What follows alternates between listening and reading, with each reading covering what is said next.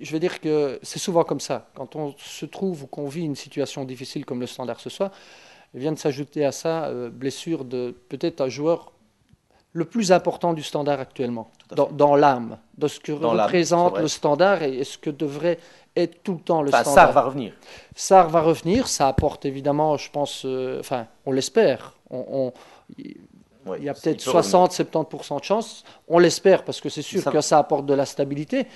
Mais d'un autre côté, bon, vous perdez. Vous vous rappelez le football, ça va vite. Hein. Au match aller, Standard Anderlecht, c'était Anderlecht qui était dans les cordes, complètement dans les cordes. Ils perdent pas très justement. Le Standard est dans l'euphorie, il gagne. Super Coupe, même chose. On avait fait le match ensemble. Absolument. Et là, on est dans un scénario inverse. Scénario inverse. Et j'ai bien l'impression que cet Anderlecht-là, maintenant, parce qu'Anderlecht a gagné des matchs sans être brillant, ça fait 2 semaines.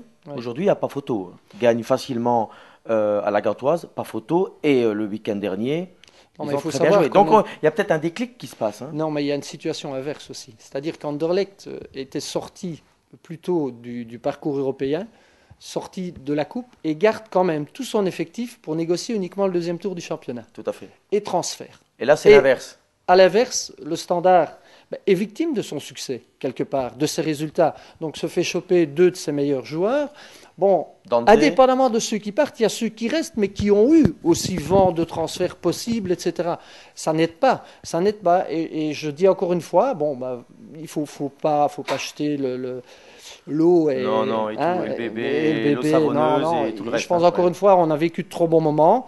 Et maintenant, c'est la faculté de rebondir qui sera déterminante pour le Standard pour la suite de son parcours. Et un pronostic ? On se mouille ?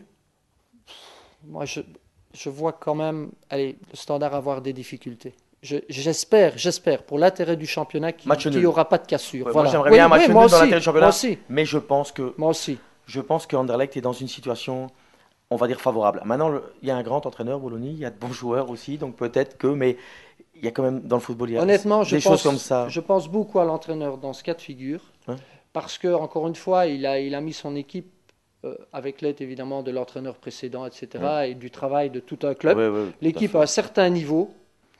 C'est très dur pour les joueurs de prendre une claque comme ça, mais c'est encore plus dur, à mon avis, pour l'entraîneur. C'est frustrant. Avoir un sentiment d'impuissance on peut se retrouver en Champions League en battant, s'il n'y a pas une erreur d'un joueur de Dante, je pense qu'ils éliminent Liverpool. Voilà. Et inversement, aujourd'hui, il y a une frustration énorme parce que vous êtes vraiment mauvais. Il faut appeler un chat, mauvais contre Braga. C'est frustrant. C'est un dur métier, entraîneur José, non ? Oui, écoutez, c'est pas grave, Bologna va venir votre adjoint avisé. On va régler le problème, c'est fait. À bientôt. Ciao, ciao. À bientôt.